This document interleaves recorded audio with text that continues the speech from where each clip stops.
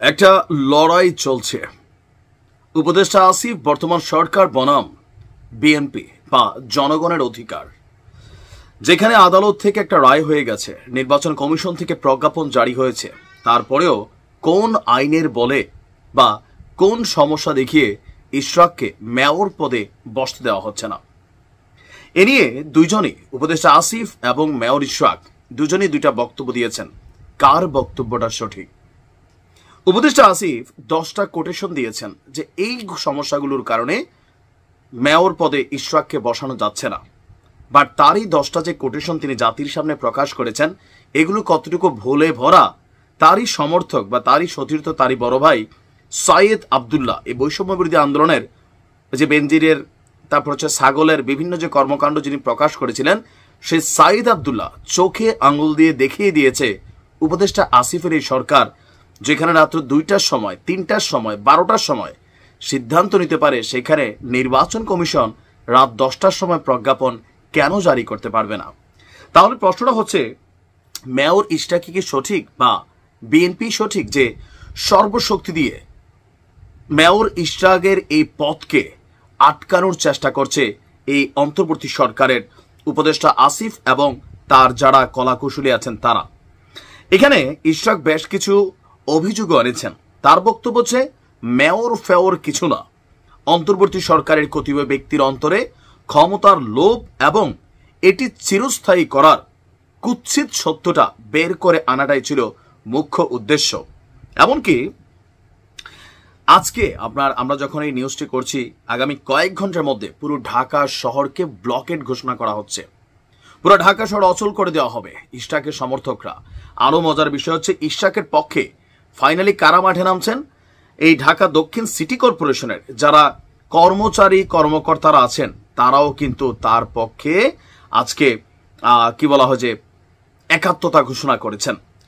City কর্পোরেশনের প্রত্যেক কর্মচারী ইউনিয়নের সভাপতি এবং সাধারণ সম্পাদক উপস্থিত হয়ে গতকালকে ঢাকাবাসীর এই আন্দোলনের সাথে একাত্মতা ঘোষণা করেছেন।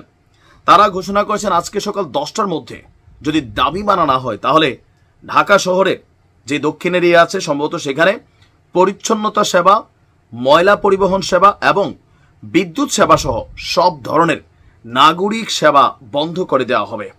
অপরদিকে আমাদের উপদেষ্টা আসিফ বলছেন যে দেখেন ভাই, এটা ব্যক্তিগত আক্রমণের জায়গা না, এটা আইনের জায়গা। বিএনপির নেতা কর্মীরা বলছেন আপনারা যে আইন কপচাচ্ছেন, সেই আইন কপচানোটার পেছনে এনসিপি অথবা আপনাদের যেগুলো দরকার সেগুলোর ব্যাপারে এই দেশে রাত 3টার সময় যখন জরুরি বৈঠক হয়, রাত 12টার সময় যখন জরুরি বৈঠক হয়, তাহলে আমাদের বেলায় কিসের আইন আপনারা শিখাচ্ছেন?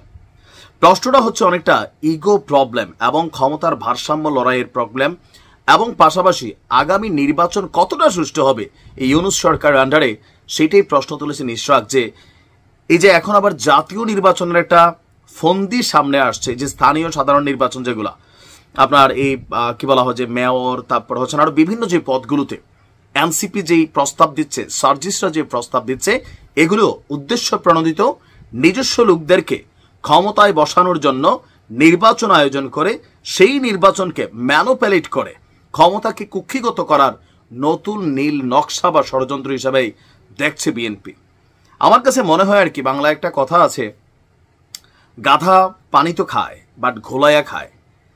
এই সরকারের অনেকগুলো সিদ্ধান্ত আছে যেগুলা আওয়ামী লীগের বিপরীতে যখন সিদ্ধান্ত নেওয়া হয়, এগুলো বিদ্যুৎ গতিতে দৌড়তে, আর যেটার মধ্যে সরকারের স্বার্থ আটকানো আছে, উপদেষ্টাদের স্বার্থ আটকানো আছে, সেখানে স্থবির হয়ে যায়। আবার অনেক ক্ষেত্রে আমরা দেখছি মাইনা তো নেনই, কিন্তু এই যে বিভিন্নভাবে নিজেদের মান সম্মান ইজ্জত পাবলিকলি বিসর্জন দিয়া এরপরে যখন মেনে নিচ্ছেন, বিষয়টা কতটুকু আসলে পজিটিভ হচ্ছে? যতটুকু আমরা বুঝি, সাধারণ আইন কারণ এত বুঝি না, বাট এতটুকু বুঝি এই মেয়র পদটা ইশরাকের যৌক্তিক অধিকার, পাওনা অধিকার, এটা তাকে দিতে হবে। এটা নিয়ে যত আইন কপচাপেন, এটা নিয়ে যত নাটক করবেন, ইসি ঘেরাও করবেন, মানুষ সেগুলোতে আপনাদের বিপরীতে অবস্থান নিয়ে নিয়েছে। গতকালকে হাসনাতের নিজ এলাকা, সেইখানে আওয়াজ উঠছে হাসনাতের চামড়া তুলে নিব আমরা। কারা এরা? বিএনপির নেতা কর্মীরা বলছে চামড়া তুলে ডুগডুগি বাজাবে। আসিফের ছবিতে জুতার মালা দেওয়া হচ্ছে, উপদেষ্টা মাহফুজকে বোতল মারা হচ্ছে। আপনি বুঝতে পারছেন যে এদের অবস্থান কত দ্রুত পড়ে যাচ্ছে। মেইন কারণ কি? টাকা, ক্ষমতা। বিভিন্ন জায়গায় নিজেদের ইচ্ছার বিরুদ্ধে যেটাই হচ্ছে সেটাকে এরা মবের মাধ্যমে নিজেদের বিভিন্ন সেক্টর, জামাতেরও ব্যাকআপ নেওয়া। কেউ কেউ বলেন যে জামাত আর এনসিপি একই, এটা সি টিম বি টিম, যেখানে এনসিপি সেখানে দৌড় দিয়া জামাত শিবির তারা গিয়ে সমর্থন যোগায় বসে। প্রশ্ন উঠছে বিভিন্ন জায়গায়। তো দেখা যাক মেয়র ইশরাকের দাবি আজকে মানা হয় কিনা। আজকে এটা নিয়ে একটা কোর্টের শুনানি আছে, নাকি ঢাকা শহর অচল করে দেয় ইশরাকের সমর্থকরা। সময় বলে দিবে, আর মাত্র কয়েক ঘন্টা। ভালো থাকুন।